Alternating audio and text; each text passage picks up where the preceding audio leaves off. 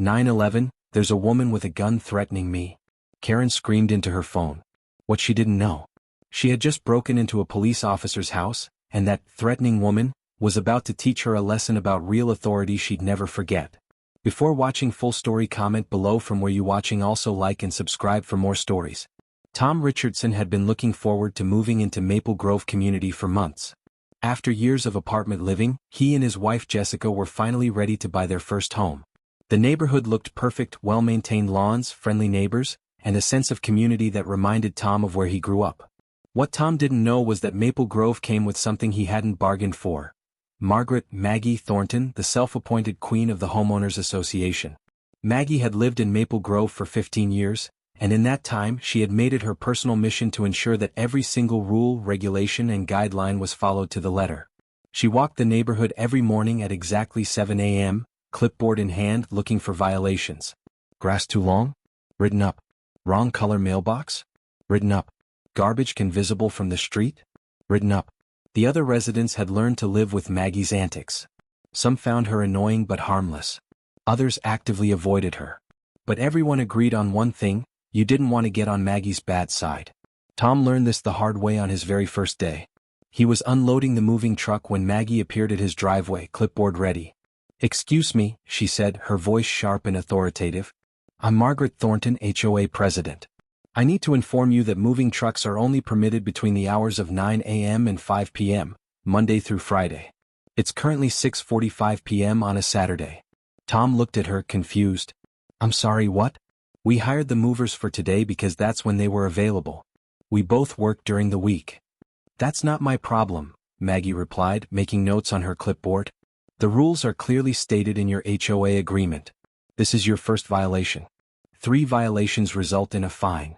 Tom felt his temper rising, but Jessica appeared beside him, still wearing her work uniform from the police station. "Is there a problem here?" Jessica asked, her voice calm but with an edge that Tom recognized. Maggie glanced at Jessica's uniform but didn't seem impressed. "I was just explaining to your husband that moving trucks have specific permitted hours in this community." "I see," Jessica said, looking at the clipboard. "And what's the fine for this violation?" "First offense is a warning. Second offense is $50. Third offense is $100 and a hearing before the HOA board." Jessica nodded slowly. "Well, thank you for the information. We'll be sure to read through all the HOA rules carefully." Maggie seemed satisfied and walked away, but Tom could see Jessica's jaw clenching, a sign that his wife was not happy. "What a pleasant welcome," Jessica muttered as they watched Maggie disappear into her house across the street. Over the next few weeks, Tom and Jessica learned just how extensive Maggie's rule enforcement was. She had opinions about everything. The color of their front door, apparently forest green, was acceptable, but their hunter green was questionable. The height of their fence, exactly 6 feet, no more, no less, and even the type of flowers Jessica planted in their front garden. "Those roses are beautiful," said their next-door neighbor, Mrs. Patterson, as she admired Jessica's gardening work one Saturday morning. "You have a real green thumb." "Thank you," Jessica replied, wiping sweat from her forehead. She had just finished a long night shift at the police station and was trying to relax by working in the garden. "Just watch out for Maggie," Mrs. Patterson warned quietly. "She has strong opinions about landscaping. Last year she made the Johnsons remove their bird bath because it wasn't architecturally consistent with the neighborhood aesthetic." As if summoned by her name, Maggie appeared with her clipboard. "Mrs. Richardson," she called out, "I need to discuss your landscaping choices." Jessica stood up, brushing dirt from her hands. "What about them?" "Those red roses along your fence line. According to HOA guidelines, all flowering plants visible from the street must be in colors that complement the overall neighborhood palette. Red is quite bold and draws attention." "They're roses, Mrs. Thornton. They're beautiful and they're on my property." "Your property, yes, but your front yard affects the entire community's property values. I'm going to need you to replace them with something more appropriate. Perhaps white or pink roses." Jessica took a deep breath. Tom recognized the look on his wife's face. It was the same expression she got when dealing with difficult people during her police work. "Mrs. Thornton, I appreciate your concern for the neighborhood, but I'm not replacing my roses. They're healthy, they're beautiful, and they're legal." "Legal?" Maggie laughed. "This isn't about legal, dear. This is about community standards. You signed the HOA agreement when you bought this house. I read the HOA agreement very carefully, Jessica replied. And nowhere in that document does it specify the exact colors of flowers allowed in front yards. It says landscaping should be well maintained and appropriate, which these roses certainly are. Maggie's face reddened. She wasn't used to people challenging her interpretations of the rules. Well, I'll be bringing this up at the next HOA meeting. We'll see what the other board members think about your interpretation. After Maggie left, Mrs. Patterson shook her head. I've been living here for 8 years, and I've never seen anyone stand up to her like that. Someone needs to, Jessica said simply. The HOA meeting was held the following Tuesday evening in the community center. Tom had to work late, so Jessica went alone, still in her police uniform since she had to report for a night shift immediately afterward. The meeting room was half full with residents, most of whom looked like they'd rather be anywhere else. Maggie sat at the front table with 2 other board members, Mr. Hendricks, a quiet man in his 60s, and Mrs. Lopez, who seemed nice enough but clearly let Maggie take the lead on everything.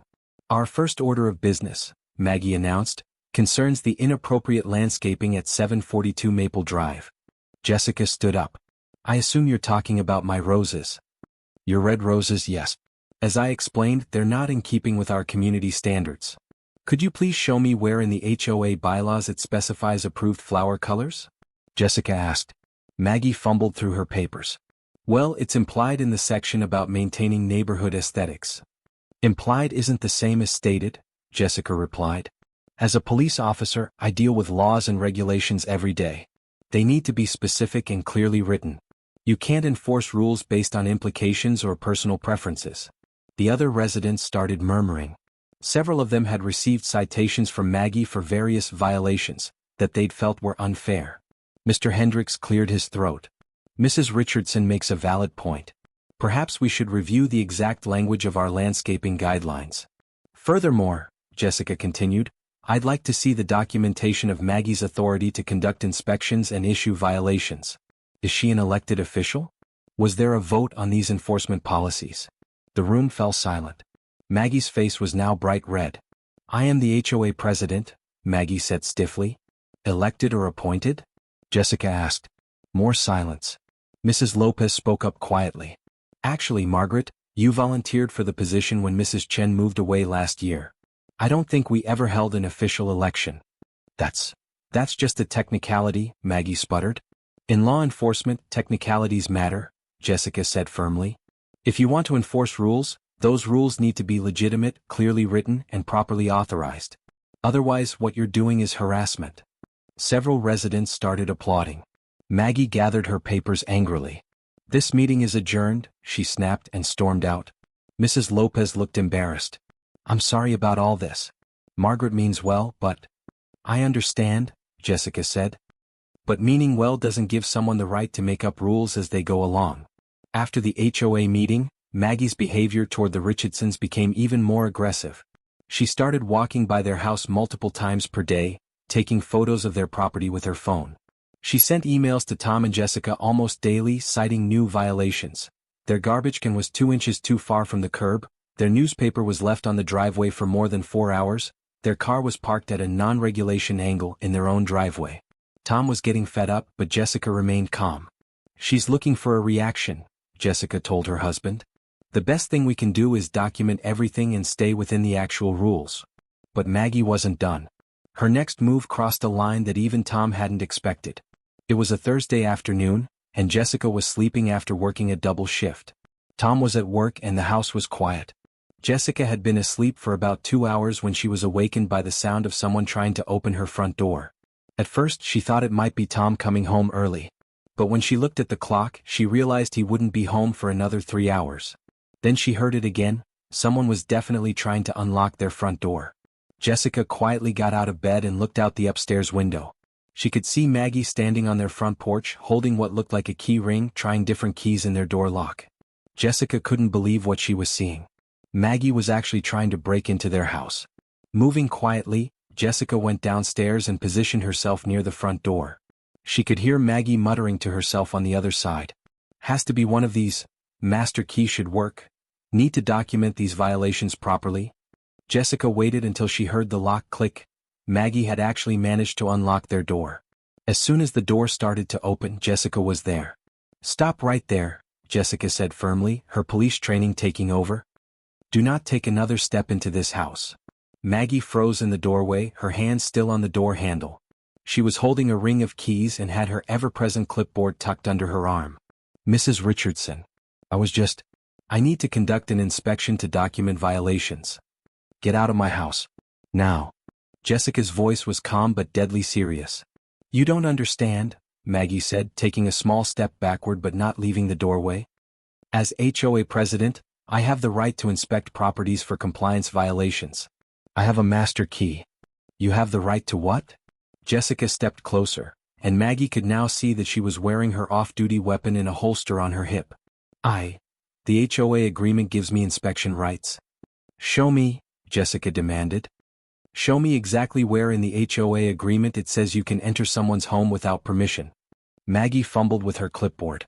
It's implied in the enforcement section. Get off my property, Jessica said firmly. Right now. But instead of leaving, Maggie did something that shocked even Jessica. She pulled out her cell phone and dialed 911. 911, what's your emergency? Came the voice from her phone. Yes, I need police assistance at 742 Maple Drive. There's a woman here with a gun threatening me. She won't let me leave. Jessica's eyes widened in disbelief. Maggie was actually calling the police on a police officer, while standing in that officer's doorway after breaking into her house.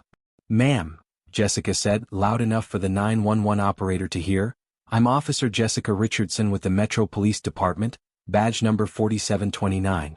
The person who called you has just illegally entered my home using what she claims is a master key. I'm currently ordering her to leave my property. The 911 operator's voice came through Maggie's phone. Ma'am, are you saying you entered someone's home without permission? Maggie's face went pale. No, I have HOA inspection rights. Ma'am, we're sending units to your location. Please remain where you are until officers arrive. Jessica took out her own phone and called her supervisor at the police department. Sergeant Williams? This is Richardson. I'm going to need you to send someone to my house. I have a neighbor who just broke into my home claiming she has HOA inspection rights, then called 911 claiming I was threatening her with a weapon when I ordered her to leave. I'm off duty and at my residence. Jesus, Richardson. Are you serious? Dead serious, Sarge. She's standing in my doorway right now with the keys she used to unlock my door. Within 10 minutes, 2 police cars pulled up in front of the Richardson house. Jessica recognized one of the officers, Dave Martinez, a guy she'd worked with for 3 years. Hey Jessica, Dave said as he approached. Dispatch said you had some kind of home invasion situation? Not exactly a home invasion, Jessica replied. More like a crazy neighbor situation. She explained what had happened while her partner, Officer Kim Park, spoke with Maggie, who was now sitting on the front steps looking very upset. Let me get this straight, Dave said. She used a key to unlock your front door, entered your house without permission, claimed she had the right to do so as HOA president, then called 911 on you when you told her to leave? That's about the size of it. Dave shook his head. In 15 years on the force, I've never heard anything quite like this. Officer Park came over with Maggie's ring of keys. She says these are master keys for all the houses in the neighborhood. Apparently, she got them from the previous HOA president who got them from the builder when the neighborhood was first constructed. Even if that's true, Jessica said, having a key doesn't give someone the right to enter a home without permission. That's still breaking and entering. She also keeps talking about HOA inspection rights, Park added. I tried to explain that HOA agreements don't override state and federal laws, but she doesn't seem to understand. As the officers continued their investigation, neighbors started gathering to see what was happening. Mrs. Patterson came over looking worried. Jessica, is everything okay? I saw the police cars. Mrs. Thornton let herself into our house with a master key, Jessica explained. Mrs. Patterson's eyes widened. Oh my God. She's been doing inspections in other houses too. The Johnsons mentioned that they came home once and found her in their backyard taking photos. And Mrs. Chun said she caught Maggie in her garage once, but Maggie claimed she was checking for code violations. This information caught Officer Martinez's attention. Ma'am, are you saying this has happened to other residents? I think so. We all just assumed she was being overly enthusiastic about her HOA duties. I had no idea she was actually entering people's homes. More neighbors began sharing similar stories. Mr. Thompson said he'd found Maggie in his shed. The Williams family said they'd noticed things moved around in their backyard after they went on vacation. Mrs. Rodriguez said her teenage daughter had seen Maggie looking through their windows while they were at work. "This is bigger than just one incident," Officer Park said to Jessica. "This sounds like a pattern of behavior." Officer Martinez began taking statements from the neighbors while Officer Park continued questioning Maggie. By this point, Maggie seemed to realize that she was in serious trouble. "I was just doing my job as HOA president," she kept repeating. "I was maintaining community standards. I never took anything or damaged anything." "Ma'am," Officer Park explained patiently, "even if you're the HOA president, even if you have keys to houses, you cannot enter someone's home without their permission unless you're invited in or unless there's an emergency. What you're describing is criminal trespass, possibly burglary depending on your intent." "But I'm the HOA president. That doesn't matter under the law. If I went into someone's house without permission, I'd be arrested, even though I'm a police officer. Having a title or a position doesn't give you the right to violate other people's privacy and property rights." After taking statements from multiple neighbors, the officers had enough evidence to arrest Maggie for criminal trespass. As they were putting her in handcuffs, she finally seemed to understand the seriousness of her situation. "Wait, you're actually arresting me? But I'm the HOA president. I was protecting property values." "Ma'am, you have the right to remain silent," Officer Martinez began, reading her Miranda rights. As the police car drove away with Maggie in the back seat, the neighbors gathered around Jessica. "I can't believe she was actually entering our homes," said Mr. Thompson. "I mean, we knew she was a little over the top with the HOA stuff, but this—" "Are we going to press charges?" asked Mrs. Rodriguez. "That's up to each of you individually," Jessica explained. "But I'd recommend documenting any incidents you can remember, dates, times, what you found disturbed or moved. If she's been doing this for months or years, this is a serious pattern of criminal behavior." Mrs. Patterson looked upset. "I feel terrible. We all just tolerated her behavior because we thought she was harmless. We should have spoken up sooner." "You weren't to know she'd escalate to actually entering people's homes," Jessica reassured her. "Most HOA disputes are civil matters, not criminal ones. What Maggie was doing crossed the line into criminal behavior." Over the next few days, more details emerged. When police searched Maggie's house with a warrant, they found dozens of files on every house in the neighborhood, including photos that had clearly been taken from inside people's homes. She had detailed notes about residents' daily routines, work schedules, and even personal habits that she could only have known by observing them through windows or entering their homes.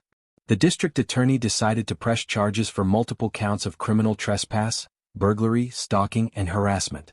Maggie's defense attorney tried to argue that she genuinely believed she had the authority to conduct these inspections as HOA president, but the judge wasn't buying it. "Miss Thornton," the judge said during her arraignment, "even if we accept that you believed you had some authority as HOA president, any reasonable person would know that entering someone's home without permission is illegal. Homeowners association agreements cannot override state criminal law." With Maggie out of the picture, the Maple Grove community had to figure out how to move forward. Mrs. Lopez called an emergency HOA meeting to address the situation. "First," she said, addressing the packed community center, "I want to apologize to everyone who was affected by Margaret's behavior. The board had no idea she was entering people's homes or conducting unauthorized surveillance." Jessica stood up to address the group. "I think this is a good opportunity for the community to establish clear guidelines about what the HOA can and cannot do. HOA agreements should enhance our neighborhood, not be used to harass residents or violate their privacy." Mr. Hendricks nodded. "I think we need to completely rewrite our enforcement procedures. And we definitely need to hold proper elections for board positions." The community came together in a way it never had before. Committees were formed to review the HOA bylaws, establish proper election procedures, and create clear guidelines for any future enforcement actions. Most importantly, they established a rule that no HOA representative could enter private property without the owner's explicit written permission. Tom, who had been working late during most of these events, was amazed by how the community had rallied together. "It's like Maggie's crazy behavior actually brought everyone closer," he told Jessica. "People are talking to each other now, working together. Before, everyone was just hiding from her." "Sometimes it takes a crisis to show people what they really value," Jessica replied. "And what people value here is privacy, respect, and being good neighbors, not having someone micromanage every detail of their lives." Maggie's trial took place 6 months later. The prosecutor had a mountain of evidence: photos from inside people's homes, detailed surveillance notes, testimony from multiple neighbors and security camera footage from several houses showing Maggie entering and leaving properties when the owners weren't home. Maggie's defense attorney tried to portray her as a well-meaning community volunteer who had simply misunderstood the scope of her authority.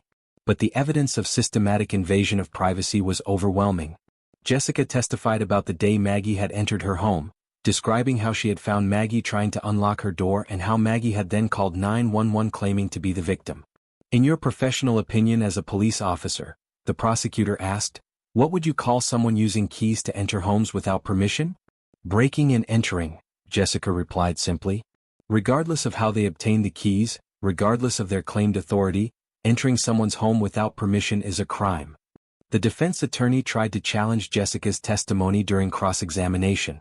Officer Richardson, isn't it true that you were hostile toward my client from the moment you moved into the neighborhood? No, Jessica replied calmly. I was polite to Mrs. Thornton even when she issued questionable violations. I only became concerned when she started escalating her behavior and attempting to enforce rules that didn't actually exist. But you embarrassed her at the HOA meeting, didn't you? I asked for clarification of the rules and questioned her authority to enforce regulations that weren't clearly written in the HOA agreement. That's not embarrassment, that's accountability. The jury deliberated for less than 2 hours before returning guilty verdicts on multiple counts. Maggie was sentenced to 6 months in jail, suspended to probation, 200 hours of community service, and was required to pay restitution to the affected homeowners for security system upgrades. Most importantly, she was banned from holding any position in any homeowners association and was required to undergo counseling for what the psychologist described as an obsessive need to control others combined with a fundamental misunderstanding of appropriate boundaries. A year later, Maple Grove had become the kind of community Tom and Jessica had originally hoped to find. The new HOA board, elected by proper democratic process, focused on organizing community events and maintaining common areas rather than policing residents' personal choices.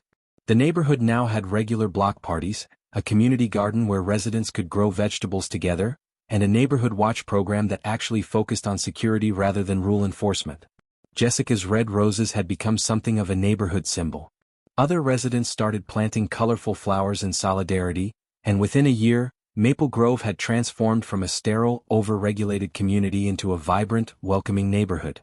Mrs. Patterson had been elected as the new HOA president, and her first official act was to eliminate most of the petty regulations that Maggie had been enforcing. The new bylaws focused on reasonable standards for safety and property maintenance while respecting residents' privacy and personal choices. You know what's funny? Tom said to Jessica as they sat on their front porch one evening, admiring her roses. Maggie was so worried about property values, but the neighborhood is worth more now than it ever was when she was running around with her clipboard. That's because property values aren't about having identical lawns and approved flower colors, Jessica replied. They're about having a safe, friendly community where people actually want to live. Their neighbor, Mr. Thompson, walked by walking his new puppy, something that would have resulted in multiple citations under Maggie's regime due to various pet regulations she had invented. Evening, Jessica. Tom, he called out. Thanks again for standing up to the old HOA regime. My kids love being able to actually play in the yard without worrying about stepping on the wrong patch of grass. As they watched their neighbors enjoying their evening walks, playing with their children and tending to their gardens, Jessica reflected on how much had changed. You know, in police work we see a lot of situations where someone gets a little bit of authority and it goes to their head, she said. But what happened with Maggie was extreme even by those standards. She genuinely believed that being HOA president gave her the right to invade people's privacy and control their lives.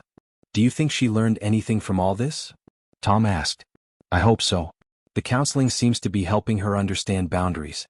And hopefully, other HOA officials will hear about this case and think twice before overstepping their authority. The story of Maggie Thornton and the Maple Grove HOA became something of a cautionary tale in their city. Local news covered the story, and it sparked conversations about HOA overreach throughout the area. Jessica was invited to speak at a community meeting about residents' rights and HOA limitations. Her main message was simple. HOA agreements are contracts between neighbors to maintain reasonable community standards. They're not licenses for anyone to become a dictator or to violate other people's privacy and property rights. The legal case also led to new state legislation clarifying the limits of HOA authority and requiring proper elections and oversight for HOA boards. As for Maggie, she completed her community service and probation without incident. The counseling helped her understand how her behavior had affected her neighbors, and she eventually wrote letters of apology to everyone she had harassed. She moved to a different city to start fresh and hopefully learn to be a better neighbor. The master keys that had caused so much trouble were destroyed, and the new HOA board established a policy that no HOA representative would ever have keys to private residences. Jessica kept her red roses, which bloomed beautifully every spring and served as a reminder that sometimes standing up for what's right can make all the difference. The neighborhood kids loved the roses too, and Jessica often found herself explaining to young visitors that flowers, like people, are more beautiful when they're allowed to be themselves. Tom often told friends that moving to Maple Grove was the best decision they ever made, not because it was perfect when they arrived, but because it became perfect after the community came together to create the kind of neighborhood they all wanted to live in. And every time Tom and Jessica told the story of their encounter with HOA Karen Maggie, they ended with the same lesson: respect for privacy, clear rules fairly enforced, and good neighbors looking out for each other will always create a better community than fear, control, and petty power trips ever could.